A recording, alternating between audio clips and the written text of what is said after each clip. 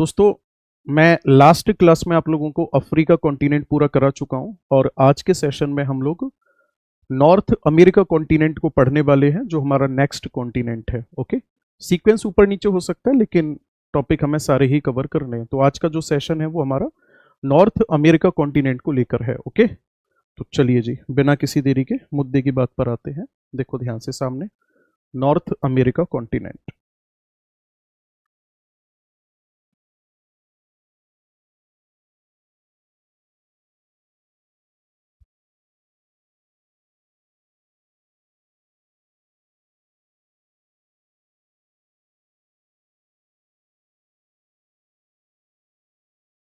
सबसे पहला point, north America की अगर हम बात करेंगे तो एरिया के अकॉर्डिंग इसकी कौन सी रैंक है? थर्ड है सर। पॉपुलेशन के अकॉर्डिंग कौन सी है? तो एक रैंक बढ़ जाती है, थर्ड नहीं है, फोर्थ है, क्योंकि थर्ड नंबर पे यूरोप कॉन्टिनेंट आ जाता है। आपसे पूछा जाएगा इस कॉन्टिनेंट को डिस्कवर किसने किया, तो मैं लिख सकता हूं यहां पे डिस्कवर्ड बाई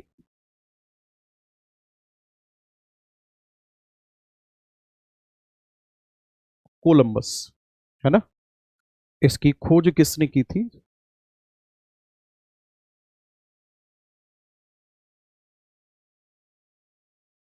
इसकी खोज कोलंबस ने की।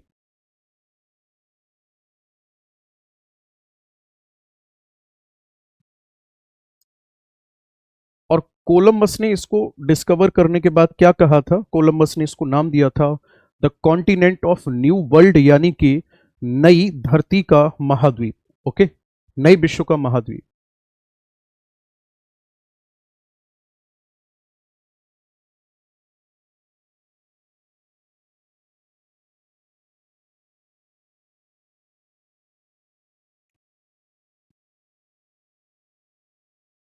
नए विश्व का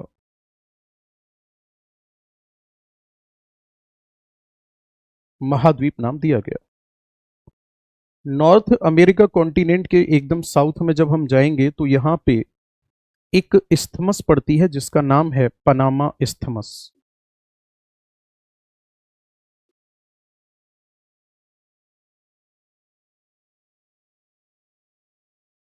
पनामा स्थल संधि लिख देता हूं मैं। इसको थोड़ा सा समझ लेते हैं, ये है क्या। जैसे एक शब्द होता है जल संधि, जल का मतलब वाटर से हो जाएगा, संधि का मतलब जंक्शन यानी कि कनेक्ट करना। जब एक ऐसी वाटर बॉडी जो टू डिफरेंट टाइप की वाटर बॉडी को कनेक्ट करेगी तो ऐसी कंडीशन में लैंड पोर्शन डिफरेंट हो जाएंगे। भाई सिंपल सी बात है, दो नहरें आपस में जुड़ रही हैं तो उन नहरों की वजह से उनके आसपास की जो जमीन है वो तो अलग हो जाएगी। स्थल संधि जस्ट इसके अपोजिट होती है। स्थल संधि का मतलब हो गया कि एक ऐसी नैरो लैंड स्ट्रिप, एक ऐसा सकरा या पतला स्थलीय भाग जो दो बड़े बड़े स्थलों को तो कनेक्ट कर रहा है लेकिन वही दो जलीय भागों को क्या करेगा? सेपरेट करेगा। तो स्थल संधि की अगर मैं बात करूंगा, पनामा स्थल संधि की, ध्यान से सुनना, तो ये कनेक्ट करती है नॉर्थ अमेरिका और साउथ अमेरिका को। इन दोनों को क्या करती है? ये जोड़ती है। वहीं अटलांटिक और पैसिफिक को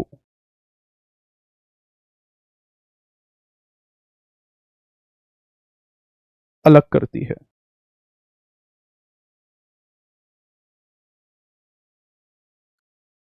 आगे अगर मैं बात करूंगा तो यहां पानी वाला भाग है बीच में,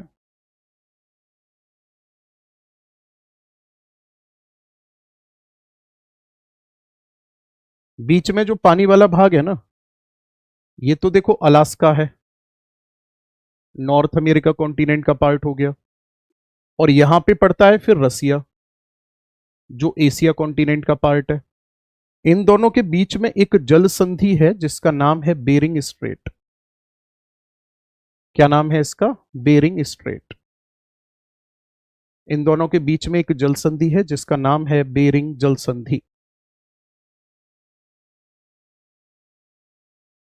जो बेरिंग जल संधि है वो नॉर्थ अमेरिका और एशिया को क्या करती है? अलग करती है। ओके, ये किस किस को अलग करती है? नॉर्थ अमेरिका और एशिया।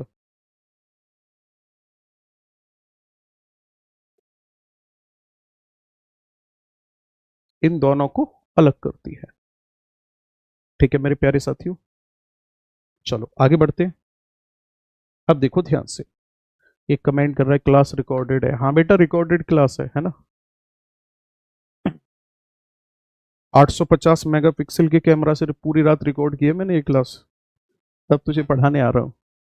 ठीक है, बस देखो ध्यान से, इसकी अगर मैं बात करूंगा तो यहां पर ये जो आइलैंड है इसका नाम है ग्रीनलैंड।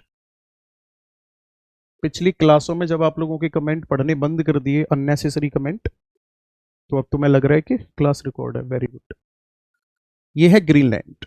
ठीक है, ग्रीनलैंड के बाद ये वाला जो आइलैंड आपको दिख रहा है, मैं इसमें कलर भर दूं, चलो इसकी मांग भर देते हैं, ये रहा जी। इसका नाम है बेफिन आइलैंड।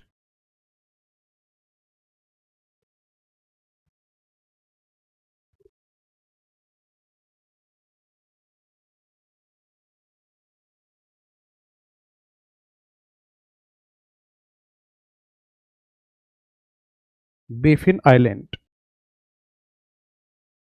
इन दोनों के बीच में यहां पर ये बे ऑफ बेफिन है, इधर लेब्राडोर सी है। यहां पर जो स्ट्रेट है उसका नाम है डेविस स्ट्रेट।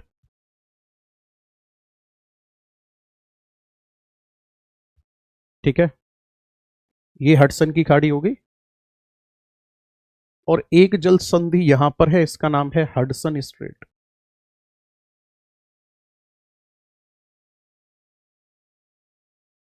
दो जल संधियों के नाम ध्यान में रखने, लिख रहा हूं इनके बारे में, परेशान नहीं होना।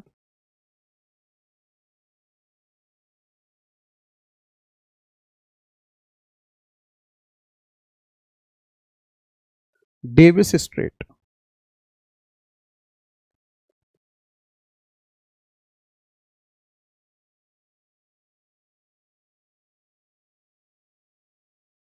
डेविस जल संधि की अगर मैं बात करूंगा तो ये सेपरेट करती है किस किस को, ग्रीनलैंड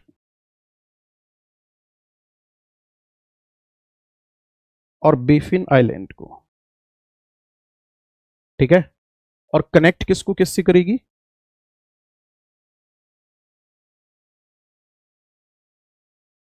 बे ऑफ बेफिन को कनेक्ट करती है ये लेब्राडोर सी से। सही है, अब आ जाते हैं हडसन की खाड़ी, हडसन स्ट्रेट पे।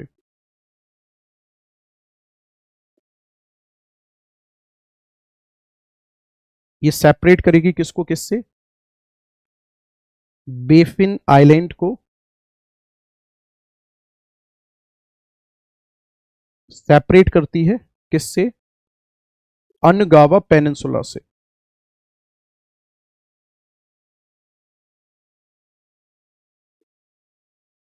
और कनेक्ट करेगी किसको किससे, कनेक्ट करेगी लेब्राडोर सी को किसके साथ, लेब्राडोर सी को कनेक्ट करेगी ये बे ऑफ हडसन के साथ।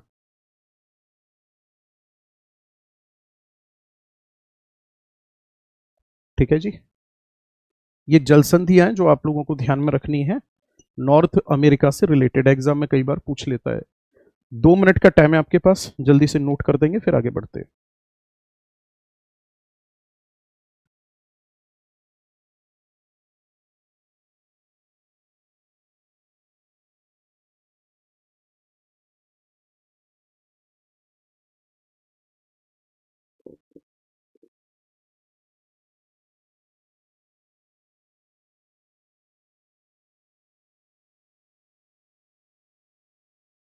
अब इसके माउंटेन पढ़ना शुरू करेंगे। ठीक है,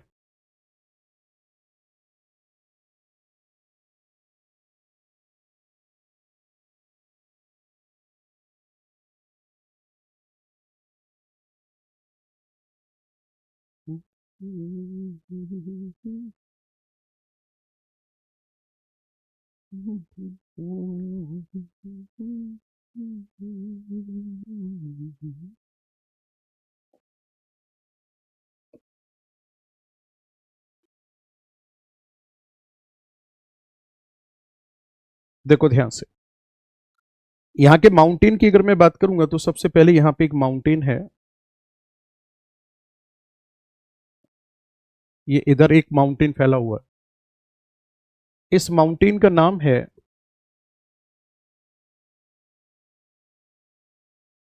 एप्लेशियन माउंटेन।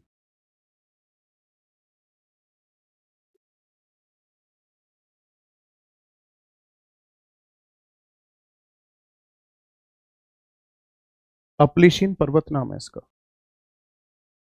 इसकी अगर मैं बात करूंगा तो ये यहां का ओल्ड और रेजिडुअल माउंटेन है।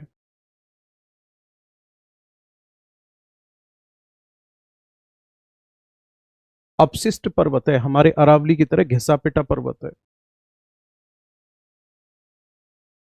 माउंट मिकेल,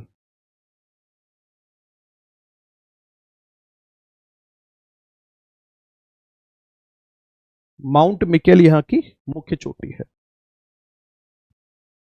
इसके बाद फिर नेक्स्ट अगर हम बात करेंगे तो यहां पर एक माउंटेन है ऐसे you, and this mountain is called Rocky mountain.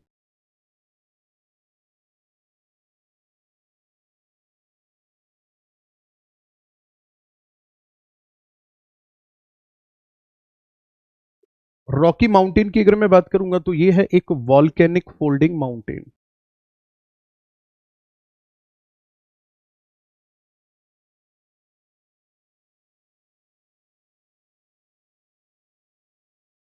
ये है ज्वालामुखी,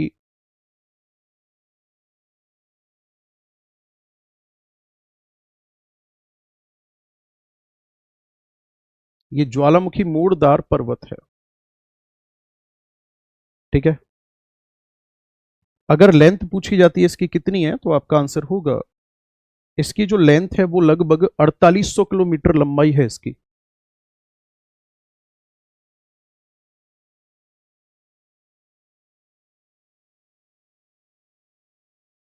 और ये है वर्ल्ड्स सेकंड लार्जेस्ट,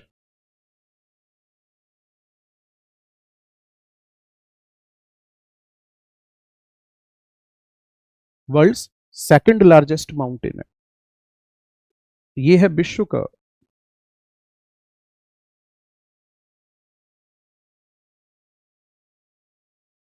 दूसरा बड़ा पर्वत है।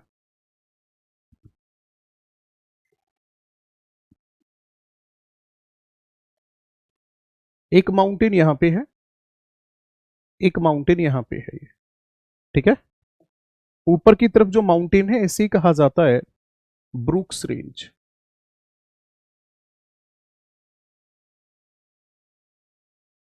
ये जो माउंटेन है इसे कहा जाता है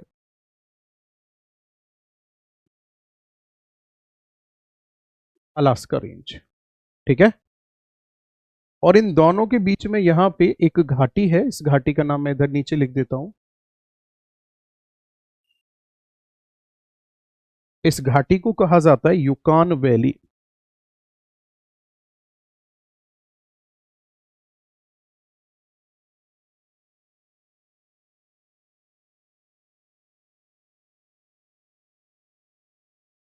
यहां वॉल्केनिक इरप्शन बहुत ज्यादा होते हैं इसलिए इसे कहा जाता है वैली ऑफ 10,000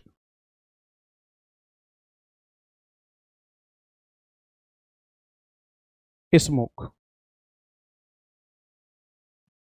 इसे कहा जाता है 10,000, इसे कहा जाता है 10,000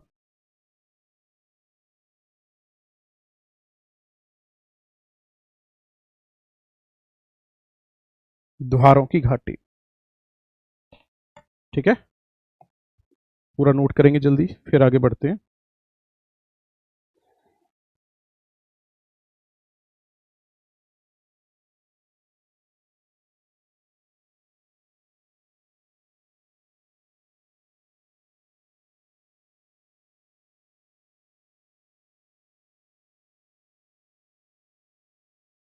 दो पॉइंट और यहां पे समझेंगे आप।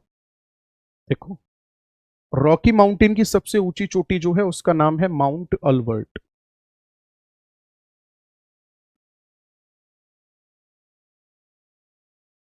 लेकिन अलास्का रेंज पर जो चोटी है जिसका नाम है देनाली, इसकी हाइट है 6169 मीटर।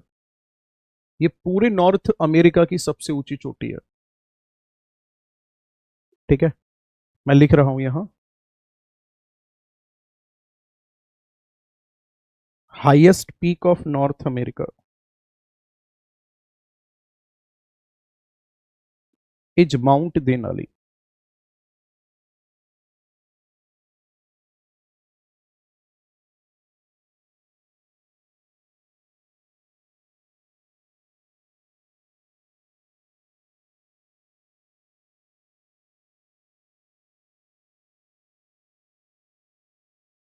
सबसे ऊंची चोटी है।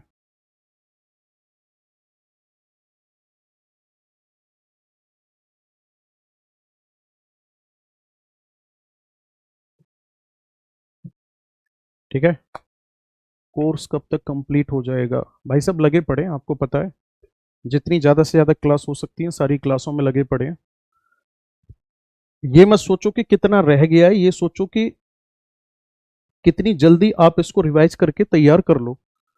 मैं हमेशा कहता हूं एक बार अच्छे से तैयार कर लोगे टेंशन खत्म हो जाएगी आगे की, नहीं तो फिर इसी में लगे रहोगे, टेंशन में ही लगे रहोगे कि फिर आप ये कैसे करें वो कैसे करें। समझ रहे हो? चलो, अब देखो ध्यान से।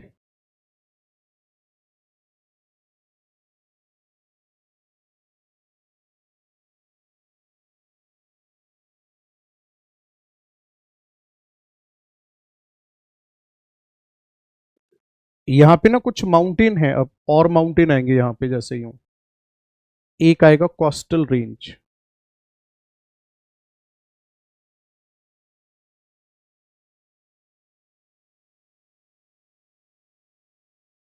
फिर आएगा यहाँ पे कैस्केड माउंटेन,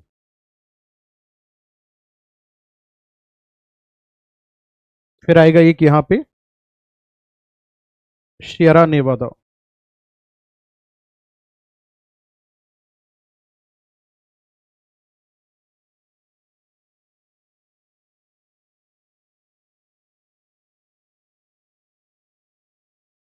शेरा नेवादा माउंटेन, जो कैस्केड माउंटेन और रॉकी माउंटेन के बीच का भाग है ये वाला। यहां पर एक प्लेट्यू लोकेटेड है जिसका नाम है कोलोराडो प्लेट्यू।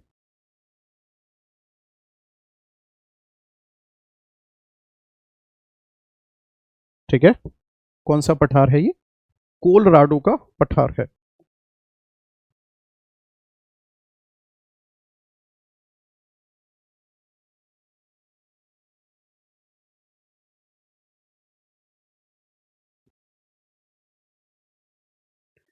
कोलोराडो के पठार की अगर मैं बात करूंगा तो सबसे पहली बात ये वॉल्केनिक प्लेट्यू है।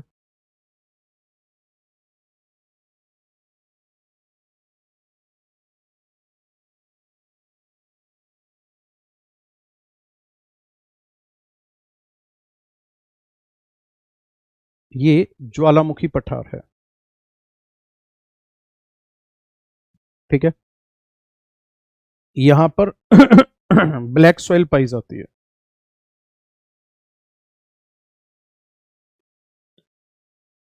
इस पठार को काट करके यहां पर एक रिवर बहती है जिसका नाम है कोलोराडो रिवर।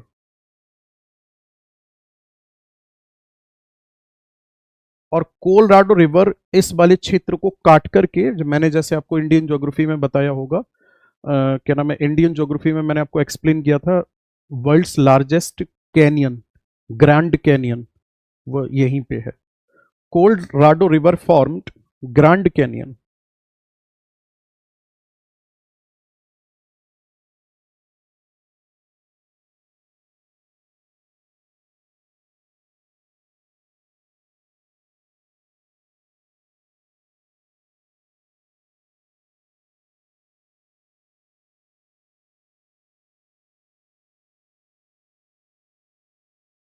ग्रैंड कैनियन बनाती है। कोलोराडो प्लेट्यू के साथ साथ यहां पर एक ग्रेट बेसिन डेजर्ट भी है।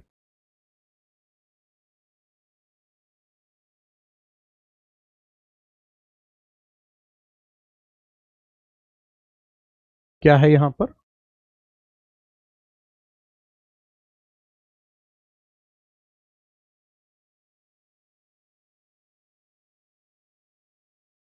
ग्रेट बेसिन मरुस्थल भी है। ठीक है, बाकी यहां यूएसए और मैक्सिको के बॉर्डर पे डेजर्ट पड़ते हैं, उनको हम एक साथ पढ़ लेंगे। ठीक है, उसकी कोई दिक्कत नहीं है। अब हम इसके एक एक क्षेत्र को उठाएंगे और फिर पढ़ना शुरू करेंगे। ओके, चलो जी। क्वेश्चंस यहां से कैसे बनेंगे मेरे दोस्त? क्वेश्चन जो बनेंगे वो सीधे सीधे ऐसे बनेंगे, बस इतना पूछेगा कि कोलोराडो का पठार कहां पर है, शियरा नेवादा माउंटेन कहां पर है।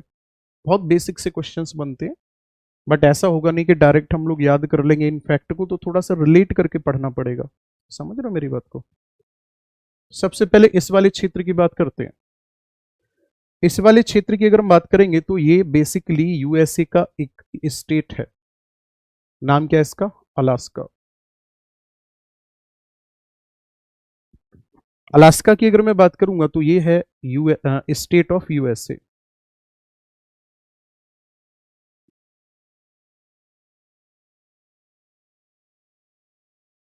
नेक्स्ट अगर मैं बात करूंगा तो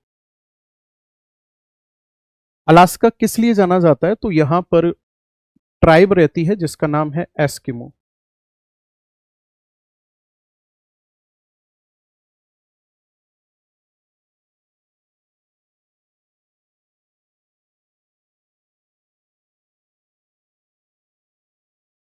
यहां पर एस्किमो जनजाति पाई जाती है।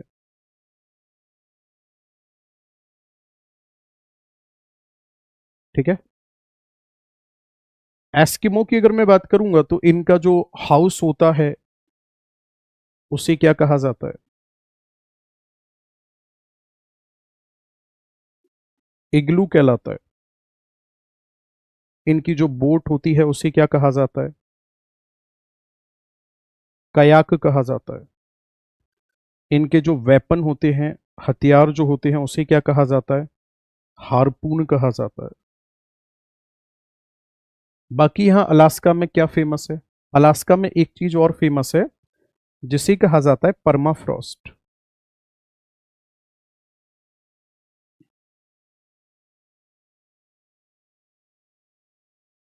क्या फेमस है अलास्का में? परमाफ्रॉस्ट जो है वो फेमस है।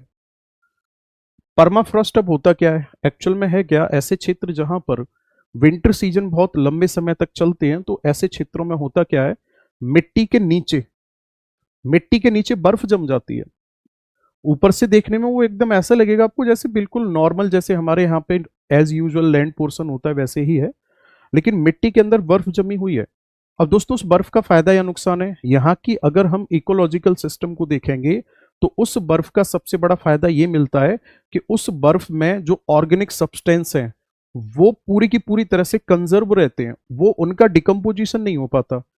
ऐसा समझ लो कि परमाफ्रॉस्ट में एक कई हजार साल पुरानी एक फॉक्स यानी कि लोमड़ी उसमें दबी हुई मिली थी, और उसकी बॉडी पर कोई भी कीड़े नहीं पड़े, कुछ भी उसकी बॉडी खराब नहीं हुई।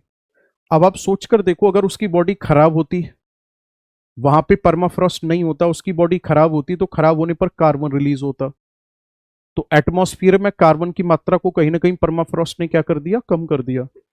तो इसके फायदे और नुकसान दोनों है। परमाफ्रॉस्ट जहां एटमॉस्फेयर में कार्बन की मात्रा को बढ़ने नहीं दे रहा है, वहीं परमाफ्रॉस्ट कोयला और पेट्रोलियम जैसे मिनरल्स को बनने भी नहीं देगा, क्योंकि जब इनका डिकम्पोजिशन होगा तब वहां पर कोयला और पेट्रोलियम बनेंगे। बात समझ में आ रही है? बट इसका सबसे बड़ा जो एडवांटेज माना जा रहा है वो ये माना जा रहा है कि जो परमाफ्रॉस्ट हैं अपने अंदर कार्बन की एक बड़ी मात्रा को कंजर्व किए हुए हैं। ठीक है, तो ये क्षेत्र किसके लिए जाना जाता है? मैं लिख देता हूं इधर, ये जो क्षेत्र है परमाफ्रॉस्ट के लिए जाना जाता है।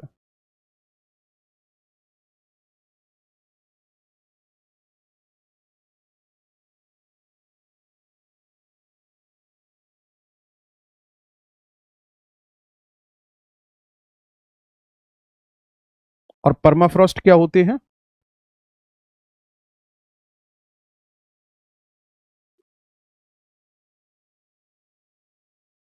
परमाफ्रॉस्ट की अगर मैं बात करूंगा तो ये फ्रोजन ग्राउंड होते हैं।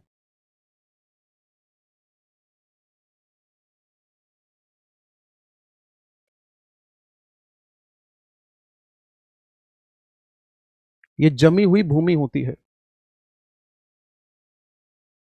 क्या करती है ये अपने आप में?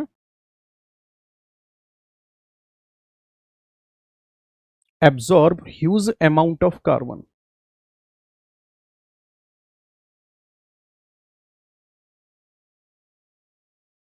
है ना। कार्बन की बड़ी मात्रा को ये अवशोषित किए हुए हैं। बट प्रेजेंट टाइम में ग्लोबल वार्मिंग हो रही है।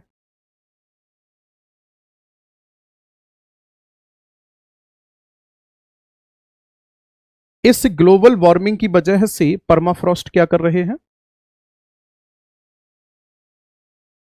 परमाफ्रॉस्ट मेल्ट कर रहे हैं, पिघल रहे हैं। और जब परमाफ्रॉस्ट पिघलेगा तो इससे जमीन फट रही है,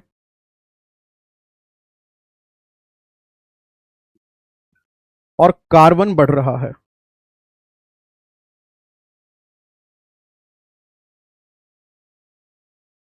ठीक है, जमीन जो है वो लगातार फटती जा रही है और कार्बन जो है वो लगातार बढ़ता जा रहा है। अब आ जाते हैं हम नई कंट्री में। सामने आपके जो कंट्री है, that country is called Canada. तो अब हम जो बात करने वाले हैं वो कनाडा के बारे में बात करने वाले हैं। समझ रहे हो? देखो ध्यान से।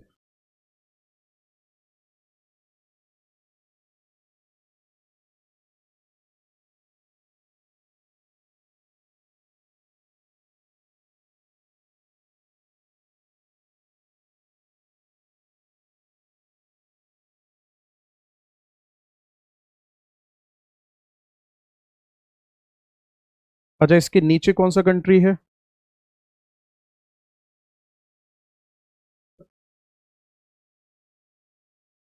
नीचे जो कंट्री है that country is called USA. तो इनके बीच में ना यहां पे लाइन है ये,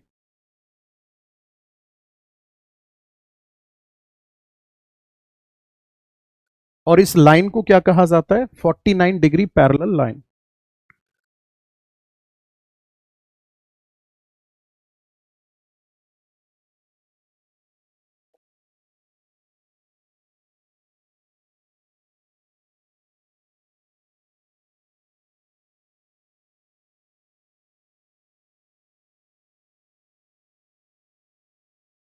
उनचास डिग्री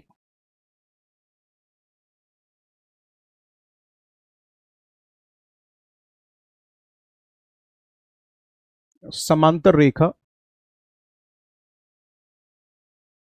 यूएसए एंड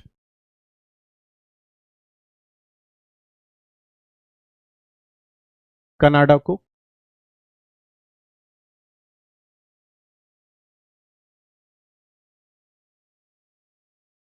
अलग करती है। ठीक है, अब नेक्स्ट अगर मैं बात करूंगा कनाडा की, तो कनाडा कहां या कैसे लोकेटेड है? तो कनाडा जो है ये है कैनेडियन सील्ड पर,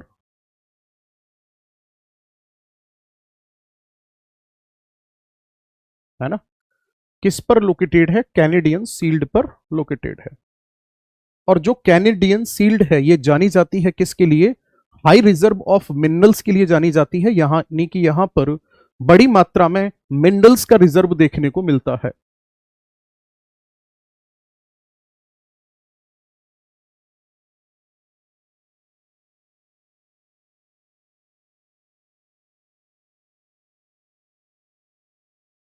रिजर्व ऑफ मिनरल्स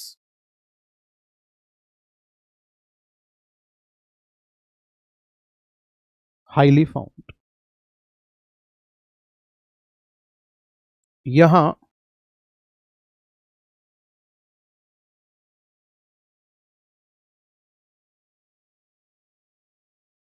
खनिजों का भंडार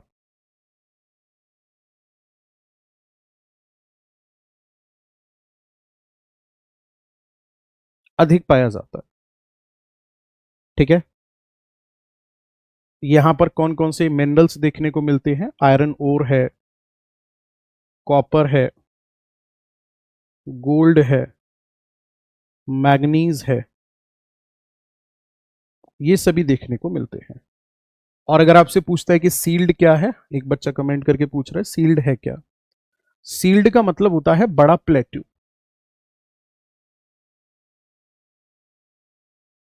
बड़ा और पुराना पठार। अब समझ में आया। बाकी अगर मैं बात करूंगा कनाडा में, तो ध्यान से सुनना, यहां पर ना लेक लोकेटेड है, ऐसे यूं सीक्वेंस में लेक है यहां। इन लेक के नाम क्या है? BSARW, इसका नाम है बियर लेक। पूरा नाम है इसका ग्रेट बियर लेक।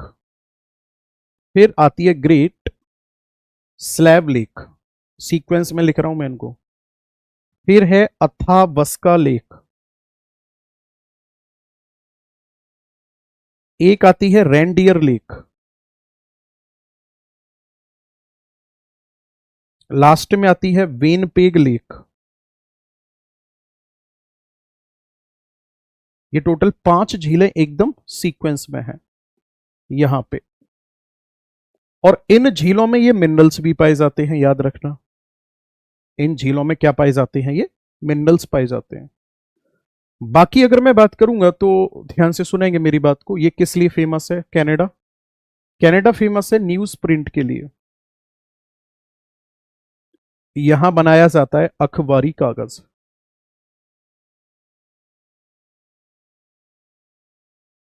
नेक्स्ट अगर मैं बात करूंगा तो यहां के 70% एरिया पर विश्व में सबसे ज्यादा पाए जाते हैं कॉनीफेरस फॉरेस्ट।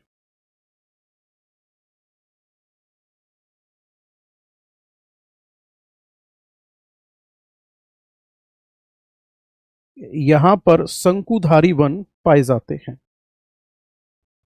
बर्फ बहुत ज्यादा गिरती है यहां पे, तो यहां पे कैसे वन पाए जाते हैं? शंकुधारी वन पाए जाते हैं। ओके। बाकी अगर मैं बात करूंगा आपसे, तो कनाडा में एक रिवर फ्लो करती है जिसका नाम है सेंट लॉरेंस।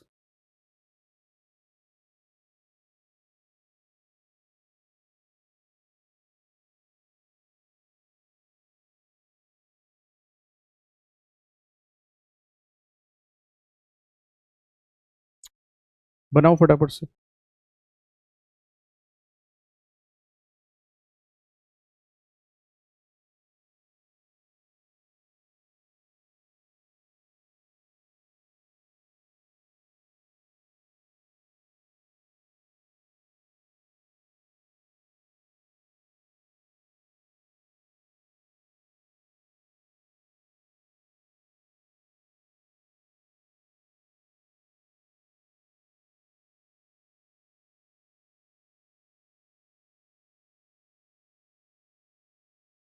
अब हम पढ़ेंगे यूएसए के बारे में। ठीक है।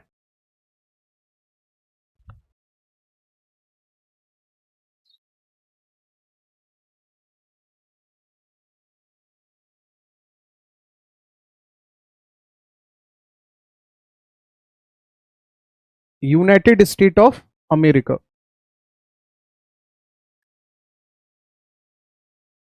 देखो ध्यान से,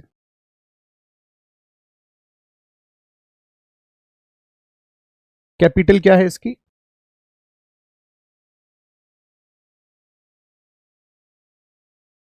वॉशिंगटन डीसी। यूएसए की अगर मैं बात करूंगा तो यहां पर एक येलो स्टोन नेशनल पार्क है।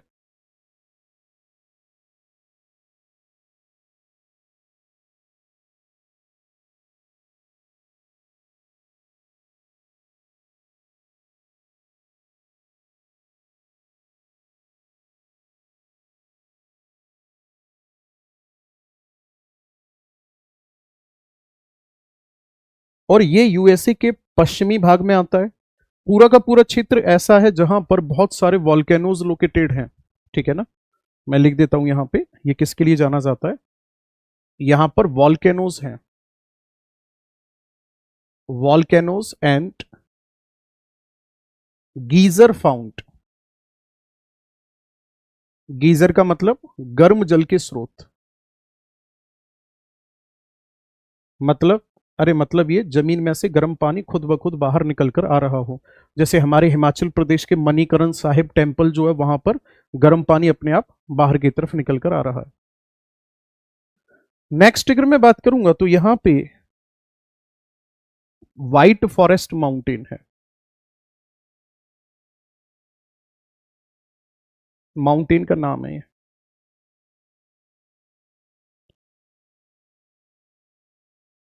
लॉस एंजलिस की अगर मैं बात करूंगा तो इसे किस नाम से जाना जाता है?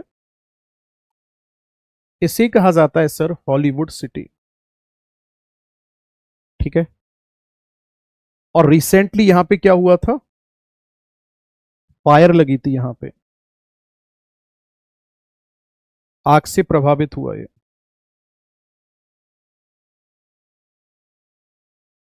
और कब की बात है ये? 2025 की।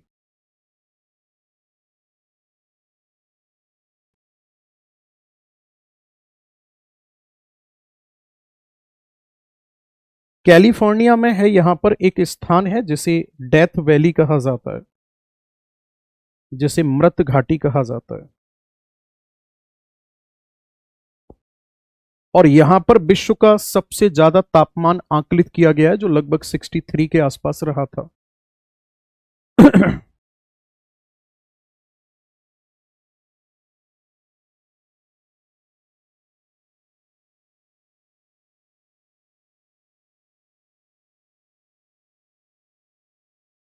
विश्व के सर्वाधिक तापमान का यहां पर आकलन हुआ है। यहां पर सिलिकॉन वैली पड़ती है, जो जानी जाती है किस चीज के लिए? आईटी सेक्टर के लिए। ठीक है। आगे अगर हम बात करेंगे तो यहां यूएसए में मेजर फूड क्रॉप क्या है?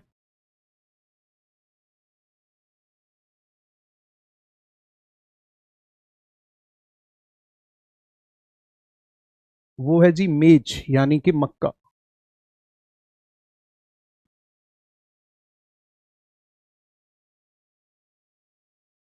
यहां पे न्यूयॉर्क है, और ये किस नदी के किनारे पर है? तो आपका आंसर होगा on Hudson river bank. New York जो है वो हडसन नदी के किनारे पर है। और ये जो न्यूयॉर्क है वो किस चीज के लिए जाना जाता है? विश्व का सबसे बड़ा रेलवे स्टेशन है यहां पर।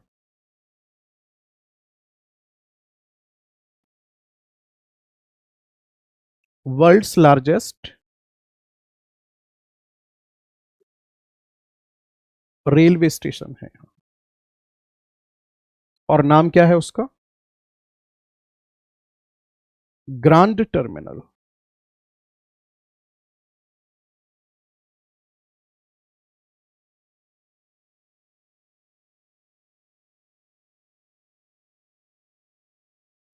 ठीक है।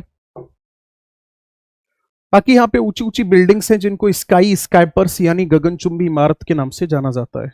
ओके। यूएसए का एक आइलैंड है जिसका नाम है मैनहट्टन आइलैंड।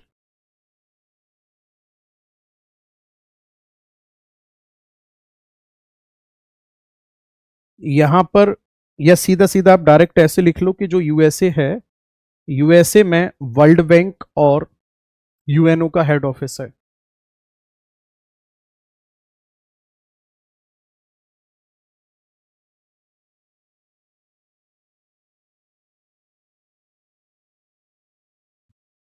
एक नदी है जिसका नाम है मिसिसिपी मिसौरी, नाम लिख रहा हूं मैं।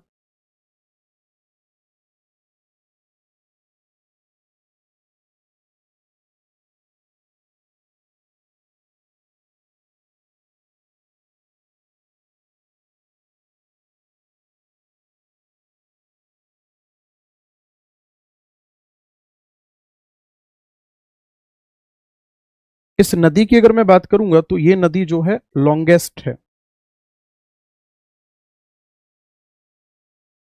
और पूरे के पूरे नॉर्थ अमेरिका की। अगर आप इसको मैप पर देखोगे मिसिसिपी मिसौरी कहाँ है, तो लगभग यहां से ऐसे आके यूं, ओए, यहां से इसमें आके इसका अंत होता है। यानी कि ये है आपकी गल्फ, क्या बोलेंगे इसको, Caribbean, gulf of Mexico, gulf of Mexico में आके गिरती है मिसिसिपी मिसौरी नदी जो है। ये सारे पॉइंट आप नोट करोगे, फिर ग्रेट लेक्स के बारे में पढ़ते हैं, फिर उसके बाद मैक्सिको के बारे में।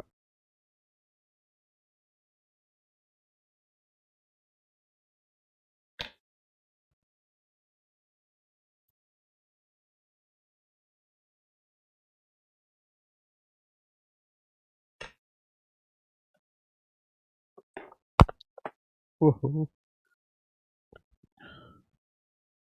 हाँ जी, हो गया।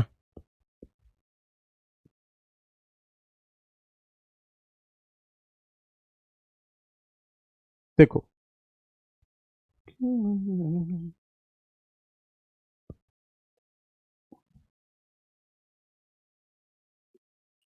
ऊपर वाला कंट्री कौन सा है,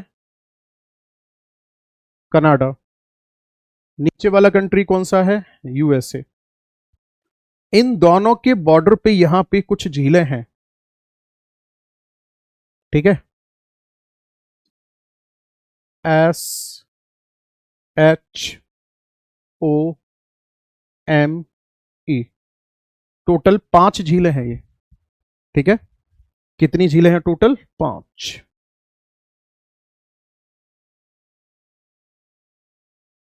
क्या क्या नाम है इनके, मैं लिखता हूं यहां पे।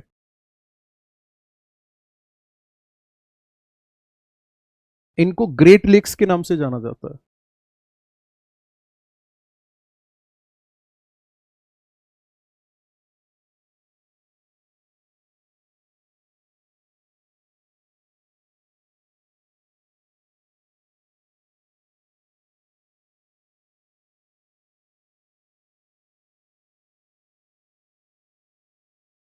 उत्तरी अमेरिका की महान झीलें, देखो ध्यान से,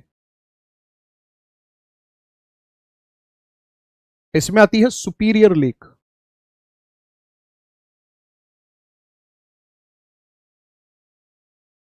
फिर आती है इसी में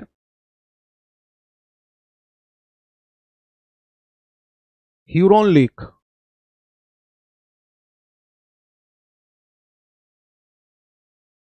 ऑन्टेरियो लेक,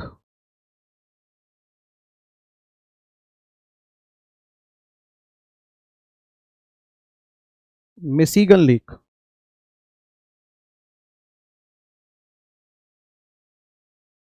एरी लेक, ये झीलें हैं। सुपीरियर, देखो, इन तीनों की अगर मैं बात करूंगा तो ये यूएसए और कनाडा के बॉर्डर पे है। मिशिगन लेक यूएसए में है, और ये भी यूएसए और कनाडा के बॉर्डर पे है। सुपीरियर की अगर मैं बात करूंगा तो जो लेक सुपीरियर है, इसे माना जाता है विश्व की सबसे बड़ी ताजे पानी की झील कहा जाता है इसको।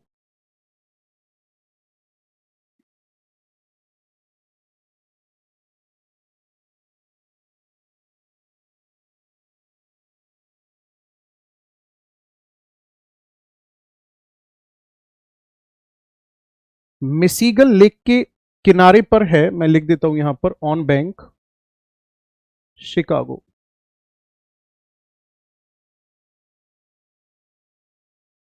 कौन सा शहर है, शिकागो शहर है, मिशिगन झील के किनारे पर। और जो ये शिकागो है, ध्यान से सुनना, ये किसके लिए जाना जाता है, ये जाना जाता है मीट मार्केट के लिए,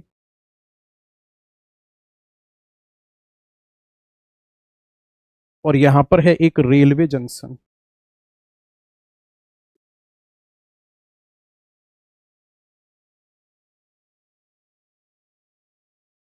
ठीक है। पूरा नोट करो जल्दी से। अब हम लास्ट यहां मैक्सिको पे आ जाएंगे।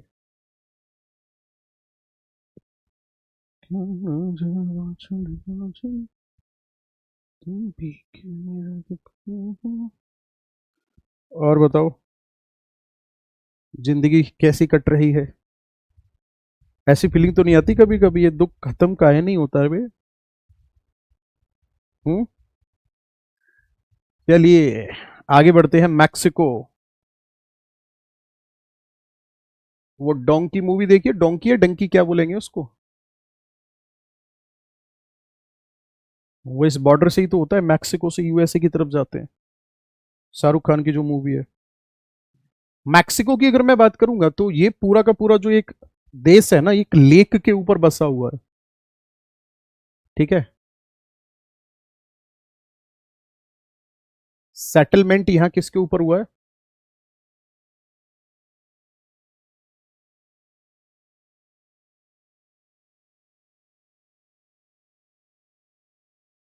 Lake sediment.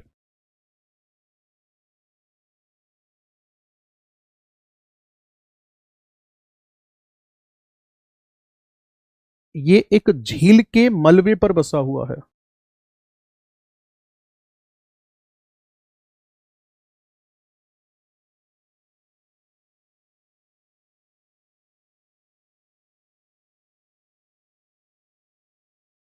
है ना। नेक्स्ट अगर मैं बात करूंगा तो यूएसए और मैक्सिको के बॉर्डर पे क्या क्या है, ये मोस्ट इंपॉर्टेंट है, यहां से कई बार क्वेश्चन बने। यहां एक रिवर फ्लो करती है जिसे कहा जाता है रियो ग्रांडे रिवर।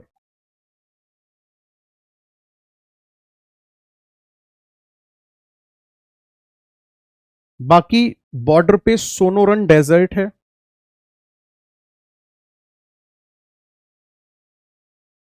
एक है मोजावे डेजर्ट,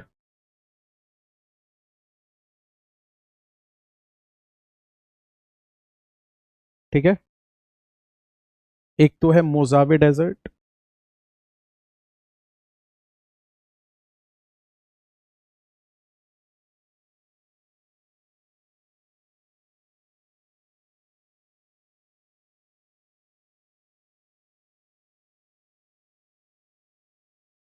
सोनोरन मरुस्थल,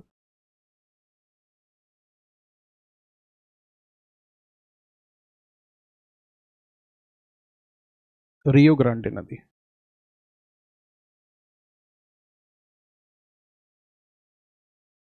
यह, यहां पे ना ऐसे यूं देखोगे आप तो दो माउंटेन है, एक का नाम है सियरा मैड्रे,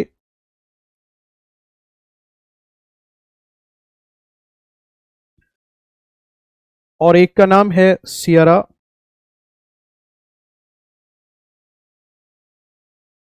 ओरिएंटल। ये माउंटेन है, पर्वत के नाम है। क्या है बाबू ये? पर्वत। इन दोनों पर्वतों के बीच में एक यहां डेजर्ट है, and this desert is called ची हुआ हुआ डेजर्ट। बिल्कुल सही सुना आपने।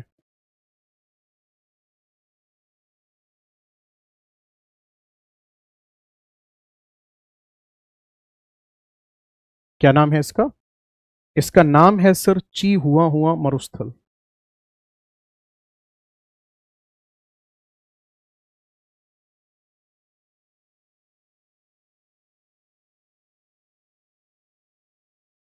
ची हुआ डेजर्ट की अगर मैं बात करूंगा तो यहां पर है वर्ल्ड्स लार्जेस्ट सिल्वर माइन।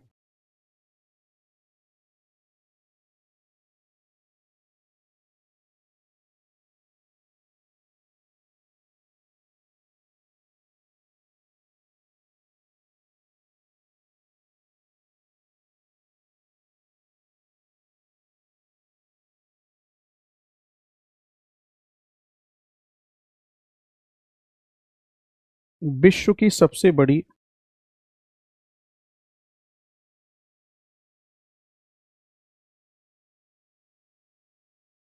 चांदी की खान है, ठीक है ना। मतलब अगर आपसे ये कहा जाता है कि पूरे विश्व में सबसे ज्यादा सिल्वर का प्रोडक्शन करने वाला कौन सा स्टेट, कौन सा कंट्री है, तो तब आपका आंसर होगा सबसे ज्यादा चांदी का उत्पादन करने वाला जो कंट्री है उसका नाम है मैक्सिको। ओके।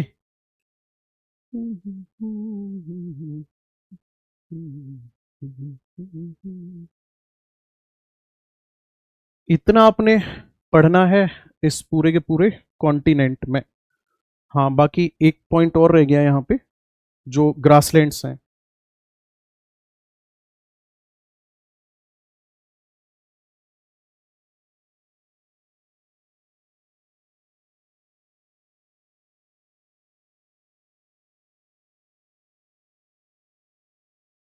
नॉर्थ अमेरिका में ग्रासलैंड कौन से हैं?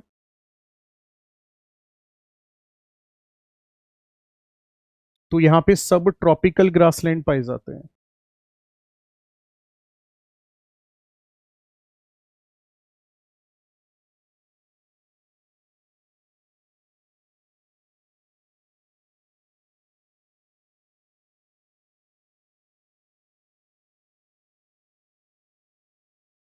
घास के मैदान जो हैं वो शीतोष्ण प्रकार के हैं। और इन घास के मैदान को क्या कहा जाता है?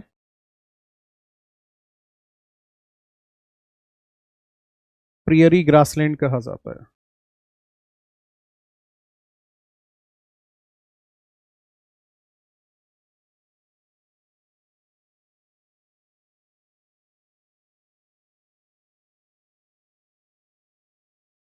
क्या कहा जाता है इनको? प्रियरी घास के मैदान कहा जाता है। और ये बहुत बेहतर माने जाते हैं किस चीज के लिए? ये बहुत बेहतर माने जाते हैं ग्रेन प्रोडक्शन के लिए।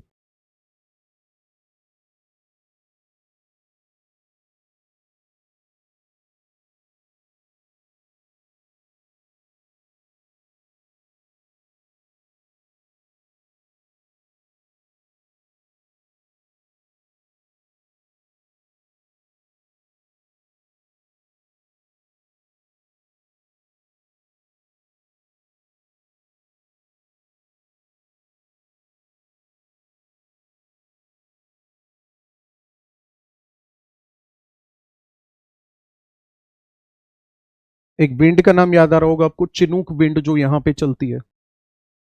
याद आ रहा है? चिनूक विंड जो यहां पर चलती है, वो जब यहाँ की बर्फ को पिघला देती है तो ग्रीन ग्रास स्प्राउटेड कंडीशन में आ जाती है, हरी घास में वृद्धि होती है। इसीलिए उस विंड को, चिनूक विंड को, स्नो ईटर यानी कि हिमभक्षी के नाम से जाना जाता है। पढ़ाया था आपको। ये पूरा हो गया आपका नॉर्थ अमेरिका कॉन्टिनेंट, और इसमें खास करके यूएसए को आपको ध्यान में रखना है, ठीक है? सबसे ज्यादा यूएसए पे ही क्वेश्चंस बनते हैं। यूएसए में आपको क्या क्या ध्यान में रखना है? एक तो ये ग्रेट लेक्स के बारे में जरूर ध्यान में रखना है ना? SHOMI, ठीक है? SHOMI, और यहां पे था BSARW। ये आपको टोटल BSARW SHOMI, 5 और 5 10 झील के नाम आपको जरूर ध्यान में रखने हैं। 5 कनाडा की और बाकी 5 बॉर्डर वाली है, ठीक है? बाकी न्यूयॉर्क के बारे में बता ही दिया मैंने, न्यूयॉर्क सिटी किस लिए जाना जाता है। और कैलिफोर्निया, लॉस एंजलिस, ये 3 सिटी के नाम आपको जरूर ध्यान में रखने हैं। येलो स्टोन नेशनल पार्क है यहाँ पर, कैस्केड माउंटेन है ये। बाकी सियरा नेवादा जो है यहाँ का ब्लॉक माउंटेन है, और ये सियरा नेवादा जो है ये पूरे विश्व का सबसे बड़ा ब्लॉक माउंटेन माना जाता है इसको। किसे? सियरा नेवादा को, ठीक है? तो इसे भी कवर कर जाओगे आप। बाकी क्या बचा? बाकी तो करा ही दिया है ना। चलो, अगली क्लास जो होगी आप लोगों की, वो होगी साउथ अमेरिका कॉन्टिनेंट की। पहले ही मैं आप लोगों को टॉपिक डिक्लेयर करके चल रहा हूं, और मोस्ट प्रोबेबली कल होगी। कल नहीं हुई तो फिर जब भी मतलब क्लास लगेगी, मुझे कोई दिक्कत नहीं है। टॉपिक जो होगा हमारा साउथ अमेरिका कॉन्टिनेंट होगा, ठीक है जी? चलो, आज के लिए फिर इतना ही रखते हैं। भगवान आप सबको खुश रखे। तब तक के लिए thank you so much. Have a nice day.